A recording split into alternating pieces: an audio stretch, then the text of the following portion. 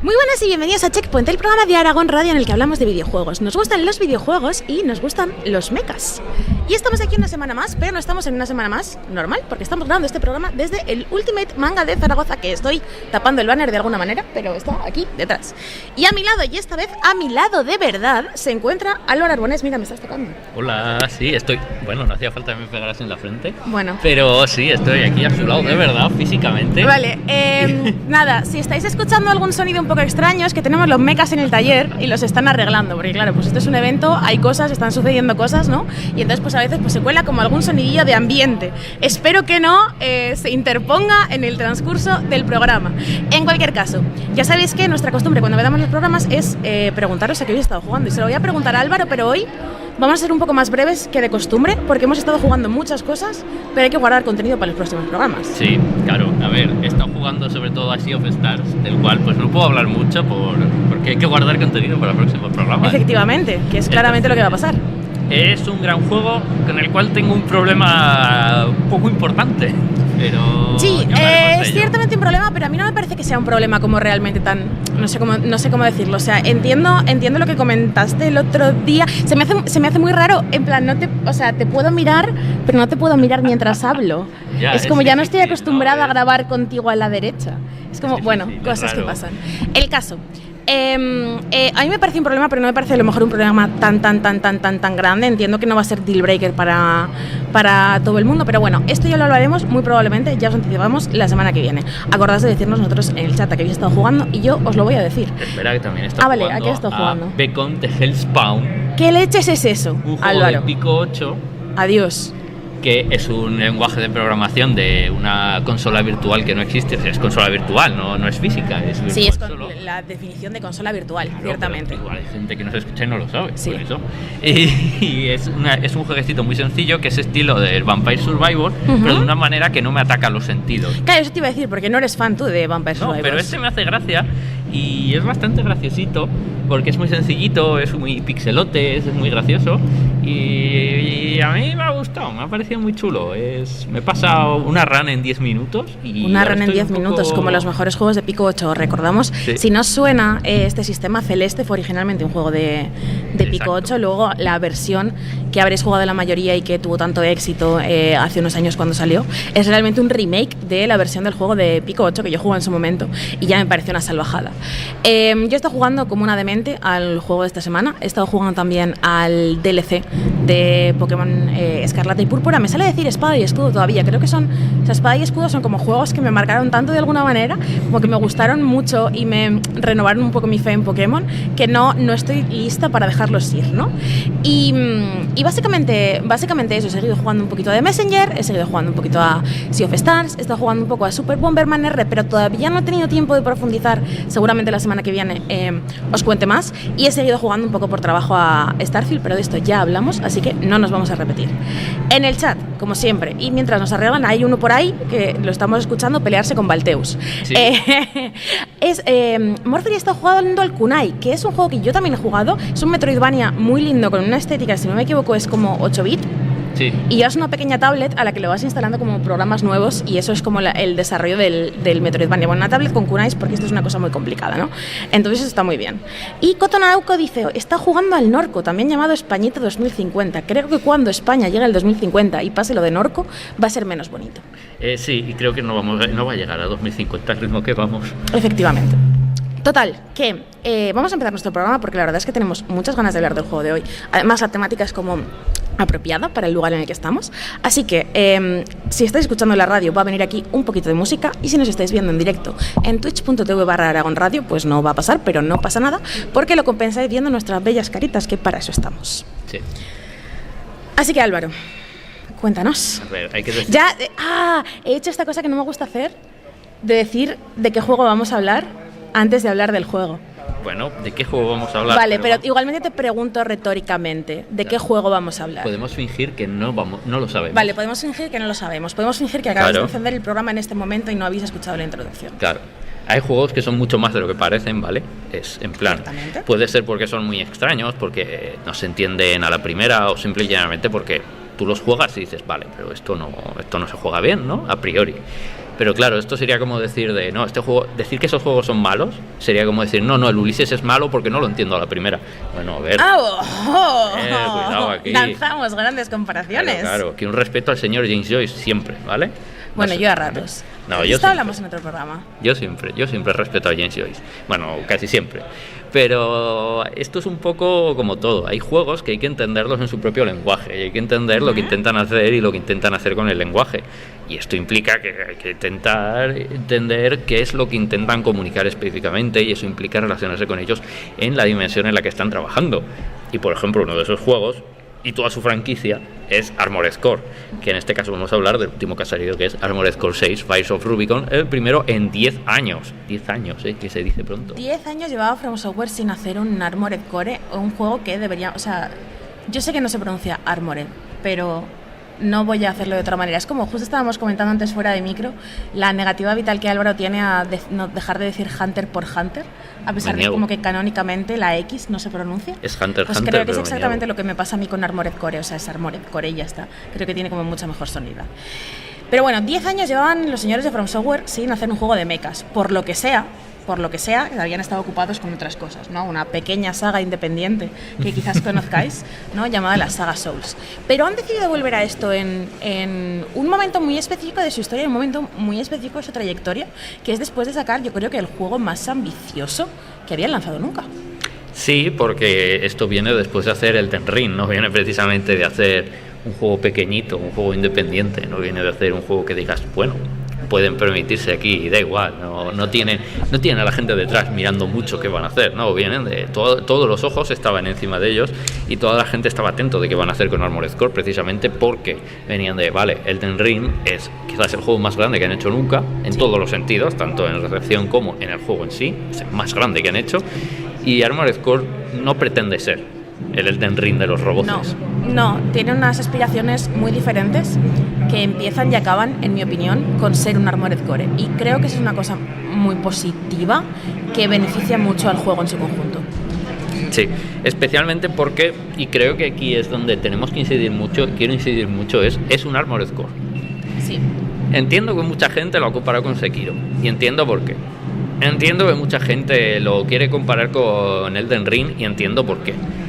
Pero no es verdad, es un Armored Core hasta la médula, en todos los sentidos. ¿Pero qué es un Armored Core? Claro, esto creo que es una buena pregunta. Creo que esto es una buena pregunta, pero antes de esto me gustaría dejar claro en qué parte estamos cada uno del debate sobre si se debería o no debería hablar de Armored Core en relación a los Souls, ¿vale? Hay a quien le molesta mucho que se relacione Armored Core con los Souls y hay quien piensa que es lo suyo y lo lógico. Yo estoy más en el lado de que creo que es lo lógico.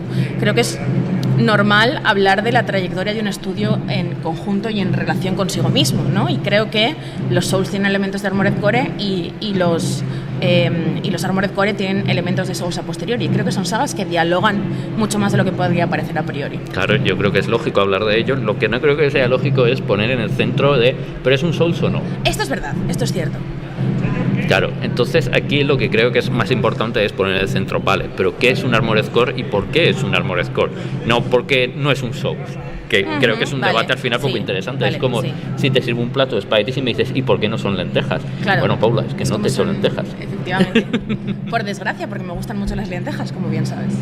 Claro, entonces, ¿qué es un Armored Core? Bueno, pues toda la franquicia tiene muchos años ya, porque la primera entrega es de 1994, fue uno de los primeros juegos de PlayStation, cuidado ahí.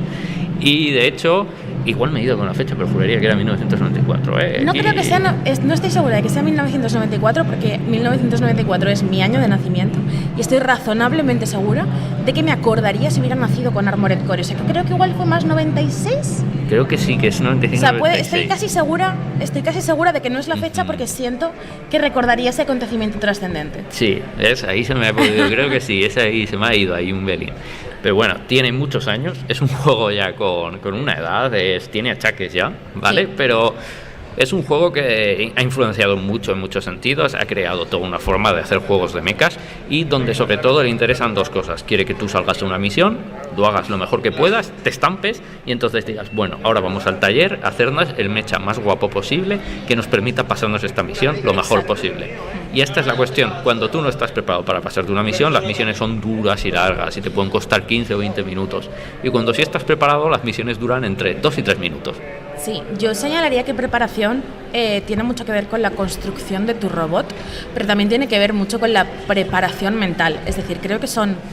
hay un juego doble en ese sentido, ¿no? Entender el puzzle de cuáles son las piezas del mecha que mejor le van a sentar al desafío que tienes por delante y entender de todas las maneras de jugar cuál es la manera de jugar más apropiada para la situación y para ti como jugador. Creo que el juego tiene mucho de eso y es uno de los motivos por los que me parece muy estimulante. Claro, entonces este juego sigue mucho esta estela, no es un Souls en el sentido de wow, yo he decidido que llevo esta build y ya no me salgo de esta build y dentro de esto puedo hacer todo. No, este juego dice bueno, es flexible, hay muchas maneras de vencer a cada enemigo, no hay solo una build con la que puedes hacer todo o una build con la que puedes derrotarlo y ya está un enemigo, pero también te dice, pero no vale cualquier cosa.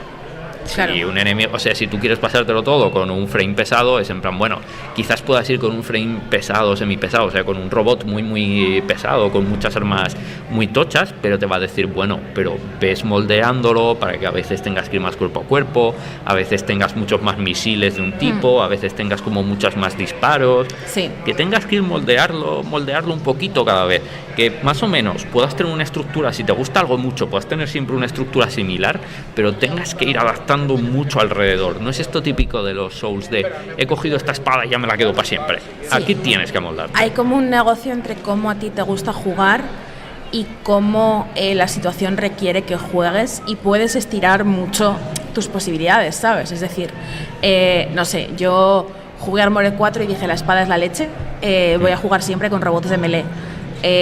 Mi compañero Enrique en Eurogamer me dijo el otro día que no había usado armas cuerpo a cuerpo en todo el juego. A mí eso me parece una chaladura, me flipan, me gustan muchísimo, me parecen súper satisfactorias y literalmente siempre llevo una. No me impide jugar el juego, incluso cuando me enfrento a situaciones desfavorables en ese sentido, pero tengo que ser consciente de que tengo que como dejarme...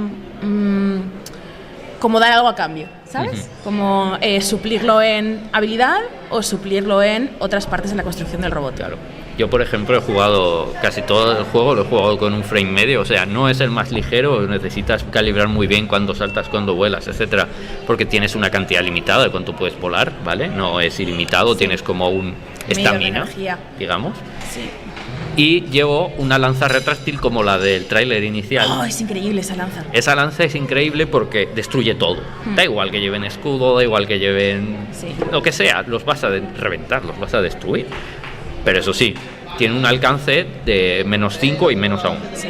¿Vale? Y es como muy lentito y tarda en recargarse, entonces hay como mucho coste de oportunidad, te deja muy vendido si lo fallas, pero cuando entra, es lo mejor. Por eso me encanta, porque es como, estoy jugando en un modo donde si acierto es como prácticamente gano el combate, pero si no acierto es en plan de, vale, y ahora me van a venir todas las leches del mundo. Literalmente, sí, eso sucede.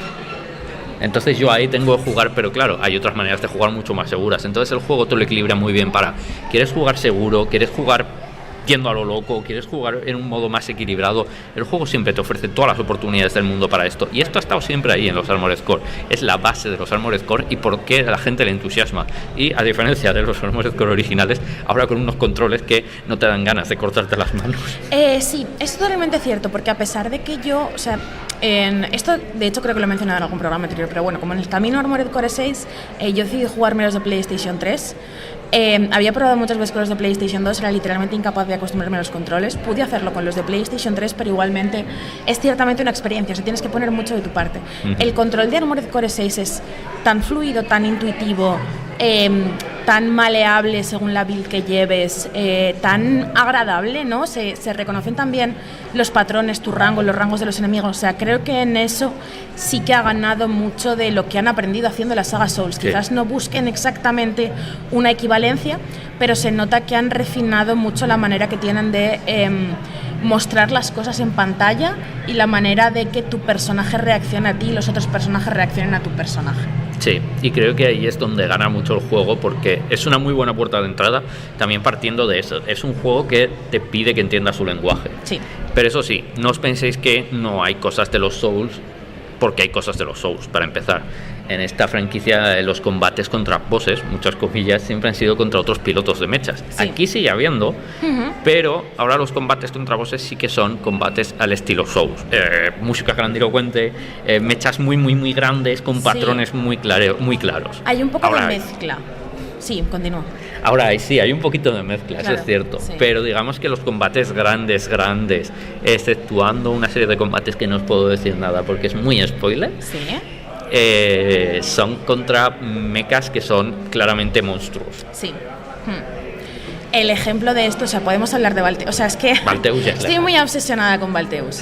Vale, estoy muy obsesionada con Valteus porque es un combate. Incluso de manera romántica. Incluso de manera romántica, estoy muy obsesionada con Valteus existencialmente. O sea, he tenido novios en los que he pensado menos que en Valteus. El caso es que Valteus es, digamos, el primer jefe grande que te tira el juego. O sea, no es el primer jefe contra el que tú peleas, porque hay uno antes, si no me equivoco, pero es el primer jefe de verdad, ¿no? El típico momento en el que te encuentras una pintada de suelo, en el suelo en un Dark Souls en el que te pone bienvenido a Dark Souls, ¿vale? Eso es Valteus, y básicamente es como una bola de discoteca que sube y baja, que te lleva 2 escopetas y que te lanza una cantidad de bullet hells total y absolutamente malsanos que te aciertan todas las veces. Es un combate muy difícil, es un combate muy frustrante, es un combate que se siente un poco el estudio riéndose de ti, porque tienes que pensar que claro, hace 10 años el último juego de la saga, y esto implica que quienes jugasen Armored Core, cuando estaba Armored Core en publicación hace 10 años que no jugaban Armored Core, y quienes no hayan jugado nunca Armored Core, nunca han jugado Armored Core. Entonces, que el primer jefe del juego sea como un pico de dificultad tan salvaje, es un poco una prueba de lealtad, de alguna manera. Y es un jefe que, de hecho, en cierta medida me parece injusto en ciertas cosas que tiene, cosas que por cierto han corregido en el parche que lanzaron exactamente 4 horas después de que yo me lo pasase, que esto también es una cosa de la que hay que hablar, ¿no? Pero creo que es un combate que testa tu compromiso, y creo que si te pasas a Valteus no vas a abandonar Armored Core, ¿sabes? 100%. No solo no vas a abandonar, o sea, no vas a abandonar Armored Core 6, sino que no vas a abandonar Armored Core, punto. Sí, además tiene la cosa de Valteus, es un boss que no te vas a pasar salvo que sepas cómo pasártelo. Sí, no sí. Puedes pasártelo por accidente, no es, vaya, he tenido suerte. Yo ahora mismo creo que me lo puedo pasar en sub 2 minutos, en menos de 2 minutos lo puedo matar. Yo pero lo maté una segunda vez para ver cómo lo habían cambiado, pero no me costó 2 minutos, me costó esfuerzo y morir 3 veces. Yo con la lanza en menos de 2 minutos lo mato. Ya. No hago el Pero récord claro, mundial ni sí. de coña, porque ahora mismo está en 42 segundos, pero bueno, haría algo digno. Y eso creo que también es parte de la experiencia. Tienes que entender que estás hablando este lenguaje y que tienes que querer entrar aquí. Esto no es un juego de, bueno, da igual, vale, esto puedes pasártelo un poco a fuerza bruta. No, este juego quiere que entiendas, dialogues y entiendas lo que te ofrece. Si no estás dispuesto a hacer ese esfuerzo, pues hay otros juegos que no te lo van a pedir y no pasa nada, creo. Sí, pero lo que decía de la mezcla, ¿no? Esta hace como la mezcla entre los combates 1 contra 1, que serían algo similar a los combates PvP de la saga Souls, o los combates contra enemigos que simulan ser PvP de la saga Souls, que por ejemplo en el Elden Ring hay unos cuantos, y luego están como los combates de jefe más grandes, y creo que el juego hace una alternancia muy chula entre unos y otros, porque mientras los enemigos grandes son como el gran desafío que te tienes que pasar, los enemigos equivalentes, digamos, los que tú sientes cuando te enfrentas a otro mercenario, cuando te enfrentas a otro piloto, esos son los que te enseñan a jugar, realmente. Esos son los que te enseñan que eso se puede hacer y tú también puedes hacerlo. Claro, los combates contra pilotos de hecho son increíbles. Claro, sí, no hay ningún combate contra piloto que no sea muy guay, y por eso luego hay un modo aparte, muchas comillas, porque sirven para mejorar al personaje, que es el modo arena. Si se os ocurre, nada, es un modo arena, mejor no lo hago. No, tienes que hacer el modo arena todos los combates cada vez que lo desbloqueen, porque aparte vas a encontrarte a esa gente luego en la campaña. Y porque los quieres hacer, porque están muy bien hechos. Sí, o sea, yo cuando se me acaban los combates de la arena es como, dame más, ¿sabes? O sea, están realmente bien. Y te dan bonificadores para luego poder invertirlos en mejoras para tu personaje, que ayudan muchísimo. Pero además esto lleva una cosa que quizás no se ha hablado tanto del juego, quizás porque la gente no lo ha probado, pero a pesar de que, From Software y hacer un modo online que funcione, no va a pasar. No va a pasar. No. Pero si pasas por encima de que es un Cristo conseguir una partida, el online es increíble, es divertidísimo. Yo confieso que no, o sea, me da mucho susto el online. Y además como que considero que hay muchas cosas que hacer primero en Armored Core antes que entrar al online, como el rollo de pasártelo 3 veces para terminar, que eso también es un tema. Sí, a ver, la narrativa a priori puede parecer que tampoco es como súper profunda, ¿vale? Yo estoy muy living con la narrativa, o sea, a ver, luego lo hablamos, pero yo estoy a tope con esto. Entiendo que hay gente que puede pensar esto, yo no lo pienso. Yo desde el minuto 1 estaba dentrísimo porque yo vi desde el principio que había ahí chicha para parar un tren y un camión y en la saga Fast and Furious en llamas, o sea, ahí hay de todo. Pero bueno, entiendo que hay gente que puede verlo y decir, bueno, pero aquí no hay tanto, ¿no? En realidad, bueno, es como un poco cliché. Bueno, yo no estoy de acuerdo. Pero luego se va desarrollando y demuestra que efectivamente aquí hay mucha mandanga. Cuando llegas a cierto punto, el juego ya te dice, mira, tienes 3 rutas. Elige por dónde te vas a posicionar. Esto es muy claro en los anteriores juegos, donde de hecho tienes misiones y tú tienes que elegir con qué bando te vas a ir posicionando a lo largo del tiempo y al final el ending se decide por en qué bando te has posicionado de manera más clara, lo cual además no tienes por qué hacer del todo conscientemente en los anteriores juegos. En este es un pelín más consciente, pero es que además en este juego han decidido que, vale, tú puedes acabarte el juego y hay 2 endings que puedes conseguir en la primera run, ¿vale? Pero es que el true ending, el verdadero final, lo que de verdad ocurre, no se puede conseguir hasta el New Game Plus Plus, o sea, hasta que no te has pasado una vez el juego y te lo has vuelto a pasar otra vez consiguiendo los primeros 2 finales normales. Y el tercer final es absolutamente increíble, una referencia, con muchas referencias a un anime clásico muy bueno. Y narrativamente se meten unos fregados absolutamente increíbles. Sí, es otro de los aspectos en los cuales yo creo que, de nuevo, no creo que la narrativa de Armored Core sea como es para contentar a los fans de los Souls, sino que creo que simplemente el estudio ha crecido mucho a través de los Souls, ¿sabes? Sí. Y ha crecido muy, bueno, de Sekiro no hablamos porque tal, ¿no? Pero ha crecido mucho a través de los Bloodborne y ha crecido mucho a través del propio Elden Ring, por ejemplo. Y esto es una historia en la cual tú no ves a un señor nunca. Sí, o sea, tú no ves a un ser humano nunca. Nunca. Todos los personajes interactúan contigo a través de las comunicaciones del robot y tú no les pones jamás cara y tú no sabes nada de ellos más allá de lo que ellos te cuentan, y aún así es capaz de construir unas personalidades, unas historias, unos trasfondos como con mucho peso. Estoy un poco enamorada de Walter también, ¿vale? Que es un poco como es como tu manager, sí. ¿Vale? Digamos, ¿no? En el sentido de es el señor que te busca las misiones y te las asigna porque tú eres un mercenario que trabaja un poco para todo el mundo, y eso a veces crea situaciones un poco de fricción en las cuales a lo mejor tu posicionamiento como persona no coincide necesariamente con el posicionamiento de tu personaje como mercenario, en el sentido de que, bueno, pues tú tienes que hacer esto porque es trabajo y solo es trabajo y ya está. Y jolines, es que hay muchos personajes que están muy bien hechos. Sí. Hay muchos personajes que son mucho más de lo que intuyes de ellos al principio, incluso los que parecen más cliché a priori, no lo sé, por ejemplo, Carla. Sí. Que es un... Cuando ves el girito de... Claro, que es un personaje que conoces justo después de Balteus, si no me equivoco, y que es básicamente la líder de una banda de macarras. Sí, ¿vale? O sea, es como eso, ¿no? Y tú dices, vale, pues esta es como la típica señora, pero hay como muchos matices en la voz que tiene, en la manera en la que se expresa, en ciertos dejes con los que te dice las cosas, o incluso ocasiones en las que te miente explícitamente y luego hace exactamente lo contrario, que te hacen pensar a lo mejor no en una líder fantasía de poder y tal, sino una señora que está cansada, que sabe más por perro viejo que por básicamente cualquier cosa, y generarme un personaje muy complejo y muy bien hilado a través de comunicaciones de un robot que en cualquier otro juego te saltarías, sí. ¿Sabes? Creo que es un mérito que hay que concederle al juego, y creo que es uno de los motivos por los cuales estoy como muy obsesionada ahora mismo, y a lo mejor no lo estaría tanto. Además hay como 20 personajes importantes en la trama, sí. Pero en realidad comunicaciones por la radio tienes como con 8. Y me diréis, sí. ¿Pero cómo ocurre esto? Porque muchos de los otros Bueno, algunos directamente no hablan por cosas, pero hay otros que hablan a través de otros. Hay gente que directamente no te habla porque considera que no se van a rebajar a hablarte, entonces dicen a otras personas lo que te tienen que decir. Y entonces hay aquí una serie de capas que se van también sumando a lo que te intentan contar narrativamente, que al final también, pues bueno, los Armored Core son juegos muy rojos. Son juegos que siempre acaban en el mismo lado, sí. Que es en decirte de cuidado, el capitalismo desacerbado acaba en lugares chungos. Y este juego no es la excepción. Vamos a hablar un poquito de esto más adelante, pero creo que en los Armored Core anteriores es más difícil de apreciar, a pesar de que evidentemente está ahí, el argumento central de la saga, que es que el trabajo deshumaniza.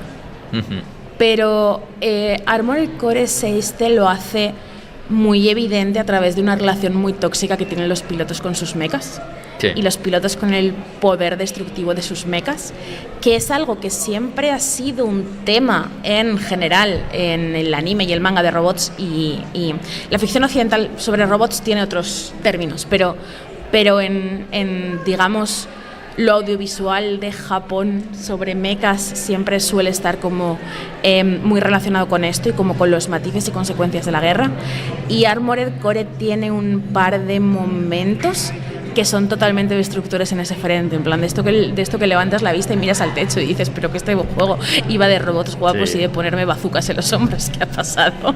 Que un poco es cierto, iba de esto, claro, pero por otro lado al final también va de otras cosas. Tú, si quieres simplemente un juego retante que te exige que te pongas a los mandos de un mecha y que te pongas ahí a hacer tus burradas, por supuesto que el juego te da eso. Y si quieres ignorar todas las conversaciones y todos los diálogos, se pueden saltar desde luego, y hasta ahí. Sí, o sea, puedes no enterarte de nada de lo que pasa en la historia, ¿sabes? Con que te enteres de lo que tienes que hacer en cada nivel, puedes funcionar y seguir jugando y puede ser un juego satisfactorio. Pero creo que realmente, si te lo paras a mirar, es donde es realmente genial. Además tiene todas las series de New Game, hacen esta cosa de que se atribuye a Nier, y creo que hay más juegos que lo hacen, no solo Nier. Antes de Nier. Yo tengo una cruzada muy personal con el rollo de equiparar juego con varios finales a Nier, porque simplemente es como una cosa que hacen todas las visual novels. Claro. Me molesta muchísimo. Aunque en este caso sí que es bastante Nier Replicant. Sí, pero en este caso en particular sí es bastante Nier Replicant, sí, no pero Automata. Nier Replicant no deja de ser también otra cosa, ¿sabes? O sea, no deja de ser referencial a su propia manera de otras cosas anteriores a Nier Replicant, ¿sabes? Creo que otros JRPGs claro, anteriores. Y otros JRPGs y otras novelas visuales que hacen exactamente esto, ¿no? Entonces creo que sí que entiendo que el impacto de Nier en Occidente fue muy grande como para que empezase a equipararse con esto, pero creo que tenemos que liberarnos un poco de ese prejuicio colectivamente, porque o sea, suena un poco cateto, ¿sabes? O sea, yo creo que nos escucharían los japoneses y dirían, ¿pero qué os pasa? Sí, pero eso, sí que esperar de esta cosa de no va a ser exactamente la misma historia otra vez, van a cambiar cosas, hay nuevos diálogos, personajes nuevos aparecen donde no deberían estar. Hay cosas que cambian a partir de el New Game Plus, y todo esto le añade capas diferentes a todo esto que hace que sea mucho más interesante también seguir jugando. Sí. Así que no sé si tienes algo más que añadir. Yo es que tengo ganas de hablar del resto también un poco. Sí, yo también, pero es eso, es un juego exigente, pero yo os lo recomiendo muchísimo, pero claro, yo soy un enamorado de la franquicia.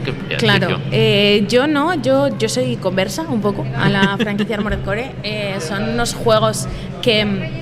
O sea, y eso que es un poco extraño, porque yo soy como disfrutadora de robots, pero muy perezosa con los robots a veces, ¿no? Y me daba como un poco de pereza, sobre todo el aspecto de prestar atención a las partes, a la construcción del robot, a estas ciertas dinámicas internas que me parecían menos guays que simplemente hacerme un robot chulo y jugar con él 45 horas. Pero la manera tan intuitiva y tan...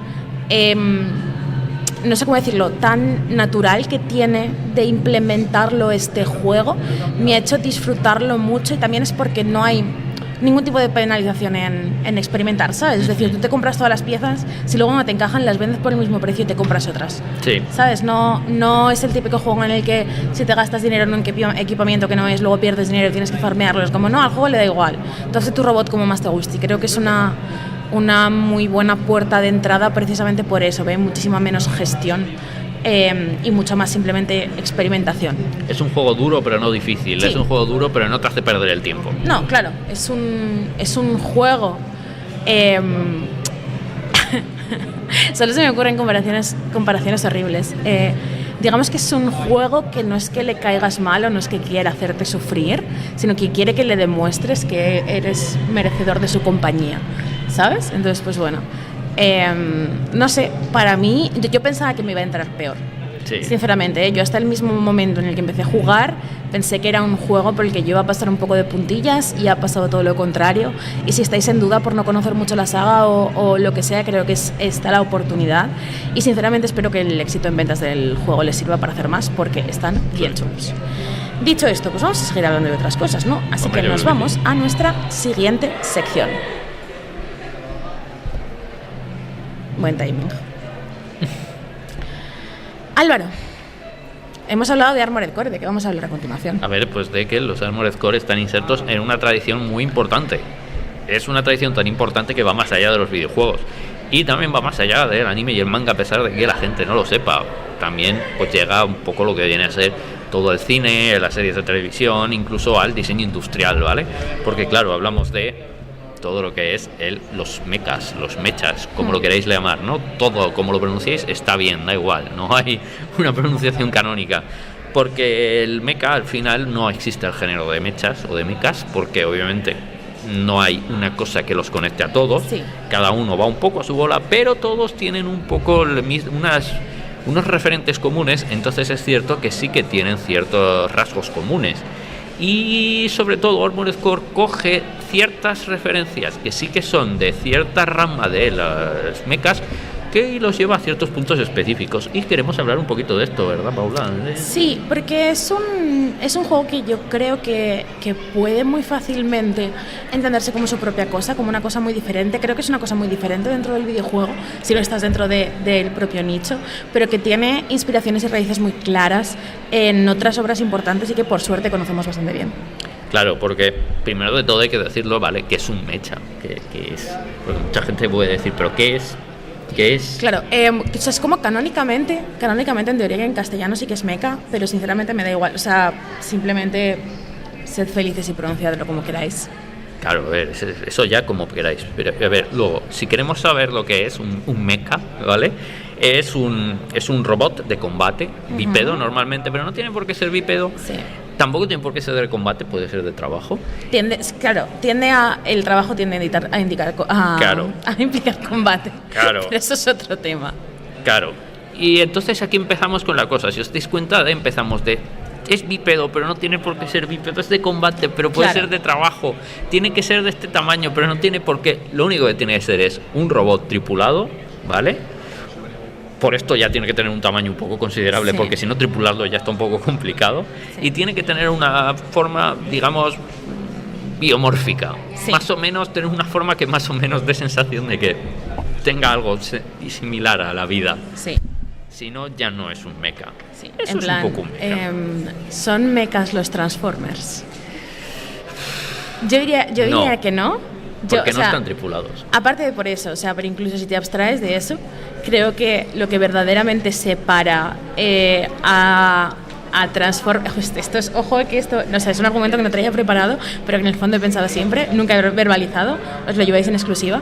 En el fondo creo que contar las cosas que quiere contar el género de mechas y hablar de las cosas de las que quiere hablar el género de mechas con un señor que se transforma en un camión y un señor que se transforma en un radiocassette, no tiene ese impacto, es imposible, ¿sabes? Creo que es como la suspensión de la incredulidad es demasiado grande. A ver, también, claro, sí.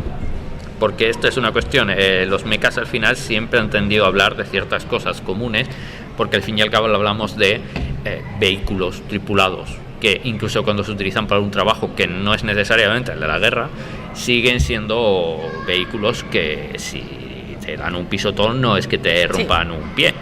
A ver, es que te aplastan y te matan. Sí, a ver, también un poco, quiero decir, en términos menos complejos, el mecha es como la aproximación futurista al concepto del tanque. No solo al tanque como objeto, digamos, sino a la idea del tanque. Es decir, el concepto cultural, social y emocional de lo que es un tanque.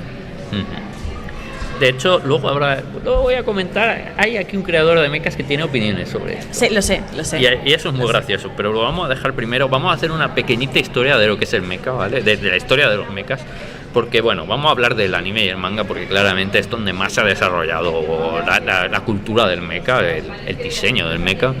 Y el que se considera el primer mecha de la historia del manga y el anime es Tatsujin 80H Go, ¿vale? Uh-huh. Es un gran anime que de Mitsuri Yokoyama, se publicó en 1956 y la historia se las trae porque trata de un robot que diseña un científico para ayudar a Japón a aplastar a los aliados, que es como, vale. Gracias a Dios no lo termina a tiempo, sí. Y entonces lo abandona ahí en plan, bueno, dejámoslo ahí, no vamos a sacarlo. Pero cuando lo intentan robar unos nazis, precisamente, después de perder la guerra, para utilizarlos para aplastar a los aliados, su hijo, que tiene 10 años, consigue recuperarlo y lo utiliza para luchar contra el mal, donde el mal es los nazis. Efectivamente. Y bueno, y luego la mafia. No lo se acusa la mafia. Esa es una cosa que le pasa mucho a los japoneses, lo de que los temas de Segunda Guerra Mundial les entren regular. Sí. Entonces, bueno, es una historia bastante curiosa. Ha envejecido bien, sobre todo para ser un anime del 58, que es como wow, pero es bastante chulo. Es el diseño de Tatsujin me hace mucha gracia porque es muy regordito. Sí. No vais a encontrarlo en ningún lado, también te digo. No. O sea, quiero decir, lo estaba pensando ahora mismo y creo que es literalmente imposible. O sea, porque tendréis que confiar como en la descripción que os ha hecho Álvaro. Sí, ¿sabes que me gusta mucho el Mario gordito? Sí. Creo que es porque me gusta mucho Tetsujin. Me recuerda a Super Mario. Se parecen marginalmente. Claro, sí. Mario gordito y veo a Tetsujin, ¿sabes? Es un poco la asociación esta que hago. Entonces, la verdad es que esto es verdad que fue un anime súper popular, fue extremadamente popular en Japón, llegó incluso fuera de Japón a ser bastante popular, especialmente en Estados Unidos, pero el que lo petó, porque hay que decirlo así, el que lo petó fue Mazinger Z de Go Nagai. Obviamente. Se publica en 1972 y creo que no hace falta que os diga mucho sobre Mazinger Z a estas alturas. Si no conocéis Mazinger Z... Mazinger Z es un caso peculiar, especialmente en España, porque es una, especialmente evidentemente no el manga de Go Nagai, aunque tiene su tema también, sino la adaptación animada que se echó en televisión, es como un anime de mechas de un nicho ultra específico que es extraordinariamente pop entre ciertas generaciones. Y siempre me resulta muy extraño. O sea, si lo piensas realmente, o sea, si piensas realmente en Go Nagai y piensas realmente en la trayectoria de Mazinger Z, siempre me resulta como alucinante que a mi padre, que no sabe quién es Naruto, le alucine Mazinger Z en el año de nuestro señor 2023. Claro, o sea, es como claramente esta cosa. Claro. Entonces Mazinger Z será un absoluto éxito de nuevo en Japón, pero también en Europa, especialmente en Europa. Lo será en Estados Unidos, pero será muy popular en el Mediterráneo. Lo que es España, Francia e Italia será como una locura, una revolución. Si os preguntáis por qué es en esos tres países, es por algo llamado Mediaset. Bueno, no se llamaba Mediaset. Sí, básicamente, época, pero sí. Sí. Y bueno, pues lo reventó y ya está. Luego, la verdad es que Mazinger Z es como la cosa más rara que nos gusta en España, después de probablemente Shin-Chan, ¿sabes? Seguramente, sí. Que es como el slice of life total y absolutamente anclado en la cultura japonesa de un niño random de 5 años, ¿sabes? Y es como, oh Dios mío, esto es un fenómeno social y cultural. Eso es como porque... Y Mazinger Z es como si ese anime de mechas cuando los mechas no eran una cosa. Pero cuidado porque el siguiente mecha que terminará de definirlo todo será Getter Robo, que es increíble, que este sí que ha tenido como también más iteraciones después que han ido evolucionando con el tiempo, entonces quizás son más palatables actualmente. Sí son. Y es también de Go Nagai, que la publicará en 1974, así que cuidado. Y me hace mucha gracia que Go Nagai, cuando le preguntaron pero oye, ¿tú por qué haces historias de mechas? Él dijo... Es que yo me preguntaba, ostras, ¿y cómo sería tener un robot que fuera como conducir un coche? Sí, básicamente. O sea, me hace mucha gracia porque... y creo que es una de las claves de Mazinger Z también, y creo que es uno de los motivos por los cuales Getter Robo es contemporáneo, incluso a día de hoy. Que es que incluso aunque a veces accidentalmente tiene la gravedad que asocias al género de mechas, conceptualmente no la tiene en absoluto. Sí. Aunque yo la cosa que más recuerdo de Getter Robo es cuando Getter Robo llora. Ya, pero no es... O sea, no es como cuando alguien en Gundam llora. No, pero es que aquí llora el robot. ¿Sabes? Sí, claro, pero no es como... Pero es que a mí me hace llorar más un robot llorando. Pero eso es porque tú eres especial, Álvaro. Que llora el robot. Ya, pobrecito, Fíjate lo horrible tiene que ser para que llore el robot. Se dice poco, pobrecito, se dice poco. Por eso... Si no me equivoco, que Te Robo está reeditado en España hace recientemente. Recientemente puede ser en algún momento de los últimos 10 años, que mi mente es como un poco... ¿Significa que puedes ir a la tienda y comprarlo? Claro. Sí, y Mazinger Z también. Vale, sí. Okay. Entonces no tenéis que tener problemas para encontrarlos en principio, ¿vale? Si tenéis un ataque drástico de nostalgia, podéis hacer esto. Y os lo recomiendo porque son muy buenos. Sí. Además, tras esto, es verdad que los mechas, el manga y el anime empiezan a ser una cosa y ya sí que empiezan a tomar como muchos caminos diferentes. Pero a partir de aquí hay que decir que hay dos animes que son los que se convierten un poco en el referente, ¿vale? Uno es Mobile Suit Gundam de Yoshiyuki Tomino, que se estrena en 1979. El otro es Super Dimension Fortress Macross de Noboru Ishiguro, estrenado en 1982. Y básicamente son las dos grandes referencias. Y ahora vamos a hablar un poco de 4 animes que considero que son los 4 animes que más claramente, si no han influenciado a From Software, sí que son los que cogen más el tono de lo que hacen From Software, ¿vale? Y creo que te gustará empezar a ti, Paula, porque hablar de Mobile Suit Gundam es algo que te gusta. El programa secreto en el que Paula habla de Gundam. 5 temporadas y no había pasado todavía mucho, creo. No. Bueno, vale, si no me equivoco, la serie original de Mobile Suit Gundam sale en el año 1979. Es una serie no particularmente extensa, pero que sí que tiene un ritmo como un poco pesado, que básicamente habla de un conflicto interestelar. Sí. ¿Sabes? Tras unos sucesos en la Tierra, gran parte de la población humana pasa a vivir en colonias y hay como un conflicto entre lo que es la entidad de gobierno principal de lo que antes era la Tierra y el Principado de Zeon, que es... sí, es ciertamente una facción de moralidad difusa, peculiar y extrañamente empatizable en ocasiones, que es como sí. Quizás el elemento incómodo subversivo de la serie. A ver, es Prusia en el siglo XIX. Sí. La gente le encanta decir que es el imperio, o sea, es la Alemania nazi. No, es Prusia en el XIX. Claro, efectivamente. Lo que pasa es que todo el mundo es extraordinariamente guapo. Y ¿vale? rubio. Y rubio. Entonces creo que eso da un poco a confusión. Pero bueno, en cualquier caso, para mí Gundam no es una serie particularmente divertida, especialmente cuando hablamos de la serie original del 69. Creo que se aplica también a Mobile Suit Gundam Z, que es como la secuela posterior, y creo que se aplica a prácticamente cualquier producto de Gundam de antes de los 2000 largos. A excepción de un par de ovas muy concretas, sí. Porque tratan de batallas más que de guerras, que tratan de esta batalla específica que duró 8 horas y vamos a contártela en 3 episodios. Sí, quiero decir, todo lo demás. Charles contraataque es la leche y es como muy épico y demás, pero creo que en esencia ver Gundam no es divertido, pero creo que no pasa nada. Creo que también hay espacio en el manga y el anime para cosas que no son como necesariamente divertidas. Claro, igual que hay muy buen cine que no es divertido. Claro, exacto. Entonces, a pesar de ser un anime de robots y además a pesar del concepto futurista, medio emocionante de ahora podemos viajar por el espacio, ahora podemos pilotar estos cacharros gigantes con espadas láser y fusiles increíbles y ser pilotos, podría ser un anime planteado como una fantasía de poder, pero en realidad una cosa que hay muy en el centro de Gundam es que es un anime sobre guerra. Sí. Y es un anime sobre las cosas que las personas hacen en la guerra y las cosas que la guerra hacen a las personas. Y creo que dentro de eso hay como intriga política súper chula, un desarrollo de personajes que en sí mismo sí que creo que es emocionante y que te apetece mucho seguir y ver lo que sucede.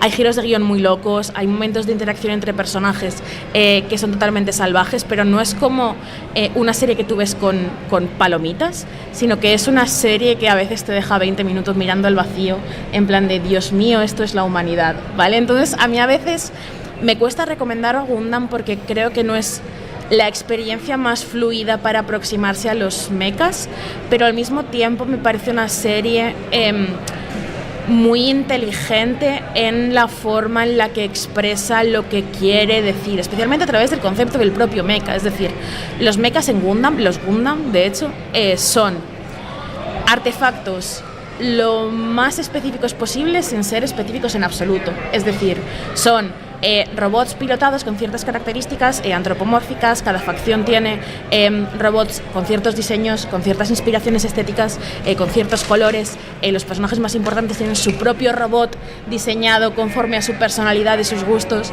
pero al mismo tiempo son fantasciencia que nunca se explica de dónde ha salido, quién la ha inventado, cómo funciona, cuánto cuesta, cómo de viable es, cómo de sostenible es como da igual. Y creo que es precisamente eso lo que te permite empatizar con ello, ¿no? No es una serie sobre cómo la humanidad de repente inventa un cohete espacial mágico y nos vamos a todos a vivir a Marte con los marcianos, ¿no? Es una serie sobre cómo dentro de 600 años la guerra va a ser en esencia la misma guerra que ahora, y no creo que los robots chulos nos hagan sentirla menos así, ¿no? Sí. Es un poco el tema. Y además, luego hablando de Armored Core, pues este Armored Core 6 tiene armas de prácticamente todos los Gundam, de todas las series de Gundam. Literal.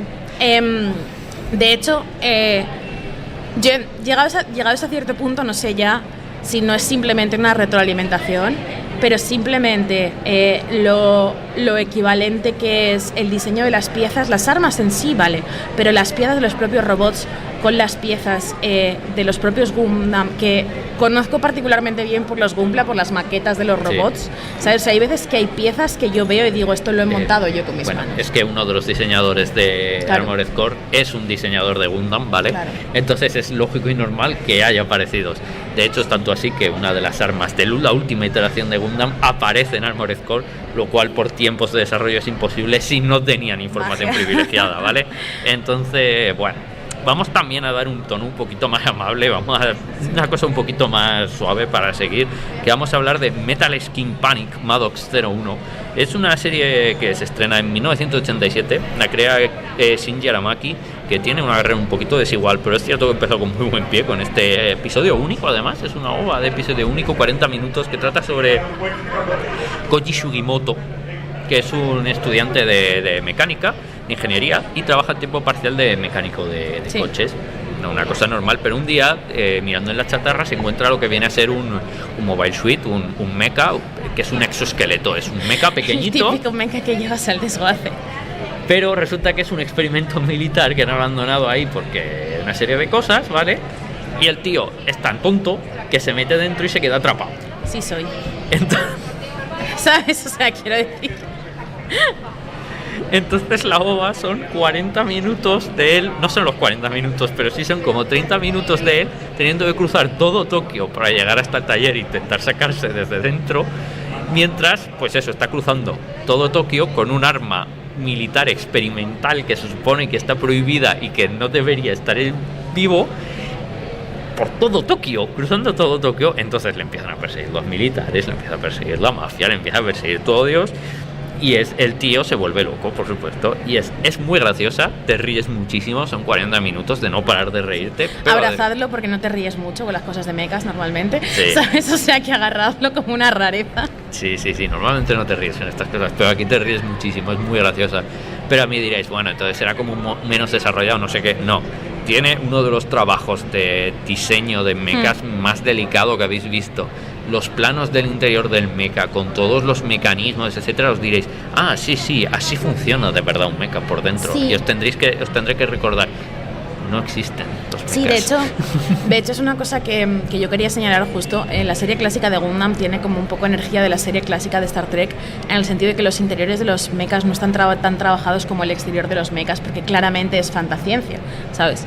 Que es una cosa que aquí no pasa. Nos lo hemos tomado extraordinariamente en serio. Y irá evolucionando con la franquicia de Mobile Suit Gundam, aunque es cierto que en las entregas más fantasiosas de Mobile Suit Gundam seguirá así, sí. Pero en las que no, se lo toman muy en serio, me parece real. Pues aquí se lo toman muy en serio y el diseño interior es tan elaborado como el exterior y es muy muy elaborado, y además las escenas de acción, además de hilarantes, son buenísimas. Tiene muy buenas escenas de acción. Si queréis un anime cortito, muy bien diseñado, con muy buenas escenas de acción y comedia, y es eso, muy cortito, 40 minutos, para saber si esto os puede hacer gracia o no, porque es que los mechas, no sé qué, tenéis este prejuicio que es normal, que lo entiendo. Este es muy buen anime para entrar, ¿vale? Metal Skin Panic Maddox 01. Además, os voy a dar una bola extra. ¿Sabéis quién hizo el opening de este anime? Un jovencísimo, porque en esa época era jovencísimo, Hideaki Anno. ¿En serio? Director no lo sabía, de jurado, Neon Genesis Evangelion. No lo sabía. ¿Cómo es, Álvaro, que no estamos hablando de Evangelion? Porque creo que no tiene una influencia muy clara. Vale, yo voy a decir otra cosa, que es que creo que no es tan pertinente hablar de Evangelion en relación a Armored Core en cuanto a que Evangelion es el Gundam Millennium. Sí, pero creo que... ¿Sabes? O sea, que entonces creo que por franja de edad la referencia de From Software es más claramente Gundam que Evangelion. A ver, otros juegos de mechas de From Software han tomado de referencia Evangelion, e incluso otros juegos de From Software tienen referencias a Evangelion. Sí, de hecho Armored Core 4 tiene muchas referencias a Evangelion. Claro. Le gusta mucho a Miyazaki Evangelion, no es un secreto, y hay referencias en Armored Core 6 a Evangelion, pero... Los Evas sí que son robots, dejadme en paz. Los Evas son robots. Que están en el comentario del chat que más me ha ofendido de la historia de Checkpoint. Son robots. Es broma, no me ha ofendido de verdad. Son robots. Sí. No podéis decirme lo contrario. He escrito un libro sobre la serie y os digo que son robots. Oh, el argumento del libro, increíble. Sí, lo siento, he tenido que hacerlo. Pero os digo, ¿y en qué se basa mucho Maddox? Pues también un poco en esta obsesión con el diseño interior y exterior, toda esta minuciosidad. Y aparte, como os fijaréis luego en el mecha, hay un par de mechas en Armored Core que se parecen mucho al mecha de Maddox. A la siguiente nos gusta mucho a los dos esta serie. Sí. También es deprimente y también es de Mobile Suit Gundam. Pero también fue como de mis primeras series de mechas, y de hecho es la serie de mechas, en concreto la serie de Gundam, que yo suelo recomendar a la gente cuando me dice que quiere como introducirse en ello, pero lo ve muy confuso y muy complicado. Es Mobile Suit Gundam Iron Blooded Orphans, que es la otra Gundam Millennium. No, o sea, en el fondo es un poco esto. Es una serie de Gundam centrada un poco en el concepto de Found Family, ¿no? Y escrita por Mari Okada, que creo que se subestima como un poco su papel dentro de la escritura de la serie para ciertos momentos como muy sensibles y muy íntimos, y como asimilándose mucho más a su obra de lo que es tradicional en Gundam. Pero en cualquier caso, a ver, en este caso aquí quiero hacer la tal. Aquí fue el director Tatsuyuki Nagai pidiéndole a Okada que le apoyara a la hora de hacer el proyecto. Sí. Es más un proyecto de él que de ella, igual que Anohana era un proyecto más de ella que de él. Sí, pero en plan, en la segunda temporada hay dos momentos concretos que son reskins de Anohana, ¿sabes? Y creo que evidentemente ahí hay una cosa, o sea, sí. Vale. Entonces, básicamente la serie trata de un grupo de niños huérfanos de Marte que esencialmente quieren escapar de su vida de pobreza y horror en Marte, y se les ocurre que sería una buena idea meterse a pilotos de mechas. Narrador sale mal, pero por ciertas cosas de trama acaban de nuevo inmiscuidos en una trama política con un personaje a los que ellos tienen que proteger y con el que también desarrollan una relación personal que tiene un papel muy importante en las relaciones entre las colonias y en la clarísima situación de desigualdad que hay entre ellas. Entonces, lo que impacta mucho de esta serie, creo que esta serie de Gundam sí es divertida de ver. Sí. Igual que os decía que las clásicas no creo que divertido sea la palabra para describirlos, creo que esta serie sí que tiene como acción muy espectacular, todo se mueve como mucho más rápido, hay muchas pequeñas interacciones, hay muchos momentos épicos, pero lo que verdaderamente tiene peso y lo que verdaderamente te acaba tocando la patata es el hecho de que claramente son unos niños muy pequeños que no tienen ni voz ni voto en el universo, intentando cuidarse entre ellos porque no tienen absolutamente nada más. Y los robots, que son importantes, son un poco, por un lado, el vehículo que tienen para cuidarse entre ellos y hacer las cosas lo mejor posible, y por otro lado, la fuente de todas sus desgracias. Y hay ahí un equilibrio muy complicado y muy difícil de mantener, y la serie te mantiene en vilo con eso todo el rato. Esta serie está en Netflix, de hecho. Sí. Y creo que es un punto de entrada excelente para Gundam y para los mechas en general. Además tienen los diseños de robot más bonitos, o sea, no a todo el mundo le encantan, pero a mí personalmente me parece que hay muchos diseños muy buenos con mucha gracia. Sí, son extremadamente estilizados. Sí. Esto no siempre gusta a los fans de los mechas. Sí. A mí me gustan mucho los sí. mechas estilizados, no os voy a mentir. Y sobre todo es que trata mucho de cómo los mechas son herramientas mortales, ¿vale? El piloto del mecha no es dueño del mecha. Exacto. El dueño del mecha es quien ha puesto el dinero para hacerlo. Claro. E incluso ese ni siquiera es dueño del todo del mecha, ¿vale? Porque un mecha es prácticamente un pozo de dinero infinito. Y al final en esto tienen mucha relación, aparte de que las espadas son las mismas que en Armored Core.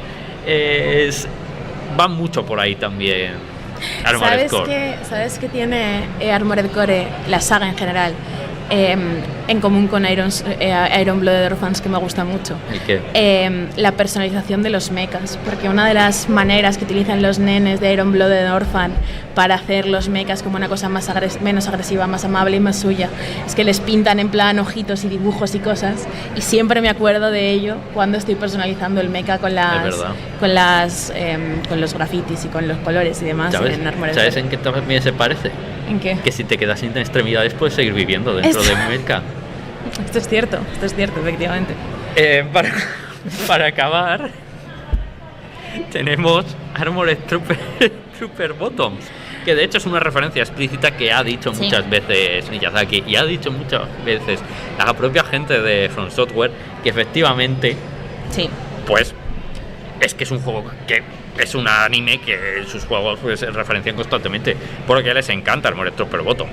Se estrena en 1983, es creado por Ryosuke Takahashi, consta de 52 episodios, estas larguitas, pero cuidado, es muy buena, y probablemente es el gran clásico de culto del anime de mechas. No es el anime que va a salir cuando la gente más casual habla de animes de mechas, pero sí es el que te va a recomendar todo el mundo que sabe un poco más de animes de mechas. Es el anime favorito de la gente que le gustan mucho los animes de mechas. De hecho, nuestra amiga Emma, que le gustan mucho los animes de mechas, es su anime de mechas favorito. ¿Qué trata esta historia? Pues bueno, el protagonista se llama Chiriko Kubie, que por cierto se parece mucho a Freddie Mercury, lo cual es una elección. Ciertamente es una elección consciente. Sí, pero o sea, ciertamente es una decisión artística. Sí, y es un soldado que ha sido abandonado a su suerte acusado de un delito que no ha cometido, un delito de guerra que no ha cometido. Entonces tiene que huir del imperio en el que está para llegar al otro imperio galáctico que existe, para ver si ahí al menos le dejan un poco en paz, ¿no? Y todo es esto, un poco las escaramuzas, cómo intenta sobrevivir, pero esto teniendo en cuenta que no tiene a nadie que le ayude, su mecha no tiene un mecánico que lo repare, todo esto mientras intenta huir no de un planeta, ni siquiera de una galaxia, intenta huir de todo, una serie de sistemas galácticos, hasta llegar a un sitio donde quizás pueda llegar a estar seguro. Es una serie dura, dramática, bastante espectacular en sus momentos, y con algunos episodios míticos bastante duros. Una locura estética, en mi opinión. Es una locura quizás no es lo que os esperáis precioso. A priori, especialmente si tenéis la estética del mecha más contemporánea en mente, pero muy particular, en mi opinión, y muy fundacional también. Claro.